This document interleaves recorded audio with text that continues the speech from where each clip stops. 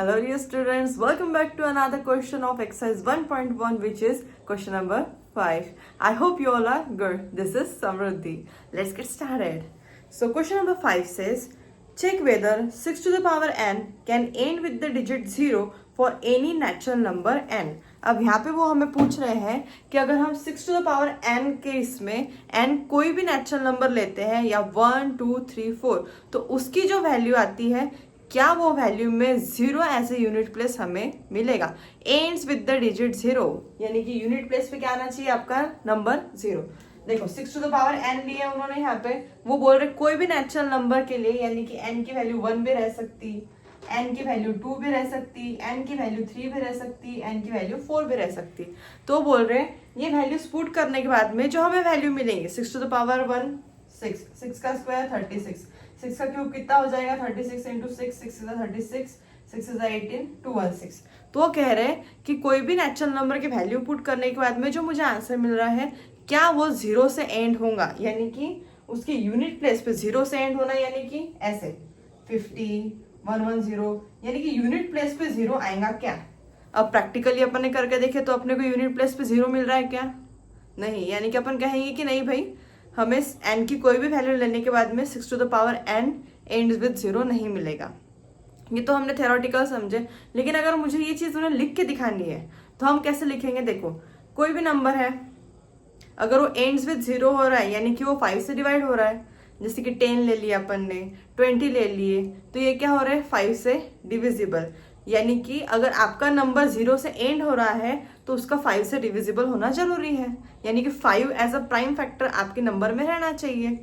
ठीक है, अगर मैं 4 ले ली, 4 2 से डिवाइड होता और 2 प्राइम फैक्टर भी है 4 का, हम 4 को लिख सकते हैं 2 इंटू 2. वैसे ही हम देखेंगे कि क्या हम 6 को प्राइम फैक्टर एज अ 5 के फॉर्म में लिख सकते हैं क्या. ऑब्वियस सी बात है नहीं लिख सकते. 6 के फैक्टर्स हमको पता है, प्राइम फैक्टर्स क्या है 2 इंटू 3. तब इन 2 और 3 में 5 कहीं आया क्या, नहीं. यानी कि जो 6 टू द पावर n की कोई भी वैल्यू रहेगी वो 5 से डिवाइड होगी क्या, नहीं. तो सिंपल हमें उस टाइप में यहाँ पे एक्सप्लेनेशन लिखना है. तो चलिए देखते हैं. Any number ends with the digit 0 that means it should be divisible by 5. कोई भी नंबर अगर 0 से एंड हो रहा है 100, 120 तो उसका 5 से डिविजिबल होना जरूरी है. ठीक है. Next that is if 6 to the power n ends with the digit 0 then the prime factorization of 6 to the power n should contain the prime number 5. अगर आपका नंबर जो है 6 टू द पावर n उसके value में unit place पर अगर 0 आ रहा है इसका मतलब जो 6 टू द पावर n है उसमें 5 एज अ प्राइम फैक्टर आपका आना चाहिए. लेकिन 6 टू द पावर 1 में प्राइम फैक्टर क्या आएंगे आपके 2 इंटू 3. और अगर मैं 6 का स्क्वायर यानी कि 6 टू द पावर 2 का प्राइम फैक्टर निकालूंगी यानी कि 36 का, तो मुझे क्या मिलेगा उसके अंदर 3 इंटू 3 इंटू 2 इंटू 2. यहाँ पे आ रहा है कि 5 एज अ प्राइम फैक्टर, नहीं. यहाँ हमने देखे 6 टू द पावर n क्या होगा 2 into 3 to the power n यानी 2 टू द पावर n और 3 टू द पावर n. यहाँ पे 5 एज अ प्राइम फैक्टर कहीं आया क्या, नहीं. Here 5 is not present in the prime factors of 6 to the power n. That means 6 to the power n will not be divisible by 5. यानी कि 6 to the power n की कोई भी value यहाँ पे 5 से डिवाइड नहीं होंगी. Therefore 6 to the power n cannot end with the digit 0 for any natural number n. यानी n की किसी भी वैल्यू के लिए 6 to the power n 0 से एंड नहीं होगा. फिर वो 6 to the power 1 low, 6 to the power 2 low, 6 to the power 3 लो. ठीक है. सिंपल सा क्वेश्चन था. वो कह रहे थे कि हमें कि 6 to the power n किसी भी नेचुरल नंबर के लिए 0 से एंड होगा क्या, तो नहीं है. पहले हमने इमेजिन किए 6 टू द पावर मैंने 1 ली तो आंसर 6 मिलेगा, 6 टू द पावर 2 ली तो आंसर 36 मिलेगा, 6 टू द पावर 3 ली तो आंसर 216 मिलेगा. या यूनिट प्लेस पे क्या आ रहा 666, लेकिन मुझे क्या बोल रहे हैं वो कि यूनिट प्लेस पे 0 आना चाहिए. तो इमेजिनेशन करके मैंने समझ ली कि यार ये तो पॉसिबल नहीं है, लेकिन मुझे लिख के दिखाना है. फिर हमने एक दूसरी चीज सोचे कि अगर कोई भी नंबर 0 से एंड हो रहा है यानी 0 उसकी यूनिट प्लेस पे आ रहा है तो 5 से डिवाइड होना चाहिए. अगर वो नंबर 5 से डिविजिबल है तो उस नंबर के प्राइम फैक्टराइजेशन में 5 एज अ प्राइम नंबर आ रहा है या प्राइम फैक्टर आ रहा है. तो अपन इनको दिखा देंगे कि भाई 6 टू द पावर n के प्राइम फैक्टर्स में 5 प्रेजेंट नहीं है, और अगर 5 प्रेजेंट नहीं है तो 6 टू द पावर n 5 से डिवाइड नहीं हो रहा, तो indirectly 6 to the power n 0 से एंड नहीं होगा कभी भी किसी भी नेचुरल नंबर की वैल्यू के लिए। ठीक है, नेक्स्ट, जैसा हमने अभी क्वेश्चन नंबर 5 सॉल्व किए वैसा ही आपको एक एग्जाम्पल मिलेगा सॉल्व फर्स्ट वाला, जो कि कह रहा है कि 4 to the power n ends with the digit 0 होगा क्या। तो वो भी होगा नहीं, क्योंकि 4 टू द पावर n में भी 5 एज अ प्राइम फैक्टर आएगा क्या, नहीं। क्या मिलेगा हमें 2 इंटू 2। तो जैसे हमने 6 टू द पावर का n लिखे, बस नंबर्स एक्स रिप्लेस कर देना, थ्योरी वैसे रखना। ठीक है, सो अब हम देखेंगे हमारा नेक्स्ट क्वेश्चन, जो कि है question number 6। Explain why 7 into 11 into 13 plus 13 and 7 into 6 into 5 into 4 into 3 into 2 into 1 plus 5 are composite numbers.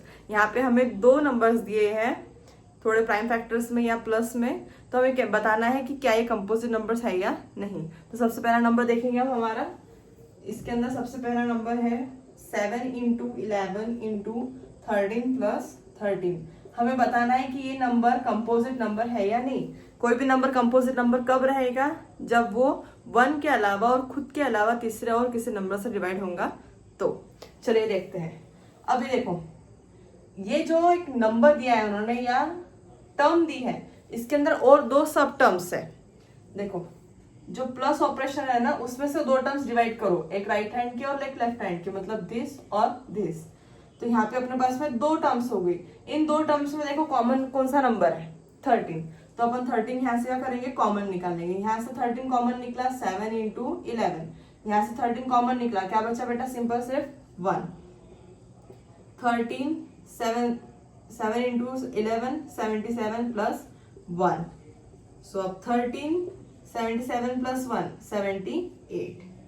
अब मुझे बताओ 13 और फर्दर प्राइम फैक्टर्स के प्रोडक्ट से लिख सकते क्या अपन, नहीं। 13 को वैसे लिखना पड़ेगा। 78 को लिख सकते किसके प्रोडक्ट से, 39 टू जा कितना होगा यहाँ पे अपना 78। सो 13 और ये हो गया 39 इंटू 2, 9 टू जा 18 कैरी 1, 3 टू जा 6 प्लस 1 7। तो यहाँ पे क्या आ गया प्राइम फैक्टर 2 इंटू 13 इंटू 39। अब 2 को अपन फर्दर सॉल्व नहीं कर सकते, 13 को भी नहीं कर सकते, लेकिन 39 को यस 13 इंटू 3, 13 3 जा 39। आप चाहो तो ना इसको ऐसे भी छोड़ सकते, क्योंकि यहाँ पे क्या होगा, कुछ नहीं है तो तीसरा फैक्टर क्या होगा यहाँ पे 1, यानी कि मोर देन 2 प्राइम फैक्टर्स आ गए यहाँ पे। तो इसको यहाँ पे भी छोड़ सकते हैं, प्रूफ हो जाता है कि कंपोजिट नंबर है। लेकिन 78 प्राइम नंबर नहीं है, उसको आप और फर्दर प्राइम फैक्टर्स के प्रोडक्ट से एक्सप्रेस कर लो। ठीक है, सो यहाँ पे हो जाएगा 3 कितना है, 3 into 3 into 13 into 13। Since the given number can be expressed as the product of their prime factors, hence it is an composite number। ऐसा आपको लास्ट में लिखना है। ठीक है, सेकेंड वाला कौन सा बोले इन्होंने अपने को, second 7 into 6 into 5 into 4 into 3 into 2 into 1 plus 5। फिर से यहाँ पे हमारे पास कितनी टर्म है, ये और ये, प्लस ऑपरेशन से डिवाइड करो, राइट हैंड साइड और लेफ्ट हैंड साइड। इनमें कॉमन क्या है, 5 और 5 अपन ने निकाल लिया common. 7 into 6 into 4 into 3 into 2 into 1 plus 1। करेंगे अंदर मल्टीप्लीकेशन सबका, 7 6 जा 42, 42 इंटू 4, 4 2 जा 8, 4 4 जा 16, 168, 3 2 जा 6, 8 6 जा 48, 6 6 जा 36, 40, 6 1 जा 6 प्लस 4 10, यानी कि ये हो गया 1008 प्लस 1। फिर से अब ये 5 इंटू 1008 प्लस 1 कितना हो गया, 1009। 1009 फर्दर प्राइम फैक्टराइज होगा क्या, देख लेते एक बार करके, या तो यहाँ पे भी छोड़ दिया तो चल जाएगा आपने। 1009 लोएस्ट प्राइम नंबर से करके देखते, 3 से नहीं होगा शायद से ये, 7 से देखेंगे, 7 1 जा 7, 3 7 4 जा 28, नहीं होता ये, फर्दर प्राइम फैक्टराइज नहीं होता ये, तो सिंपल इसको अपन ऐसा लिख देंगे, 5 into 1009 into 1। Okay, so the given number can be expressed as the product of their prime factor, hence it is an composite number। okay, So I hope you guys understand these questions. See you in the next video. Until then, bye bye and take care.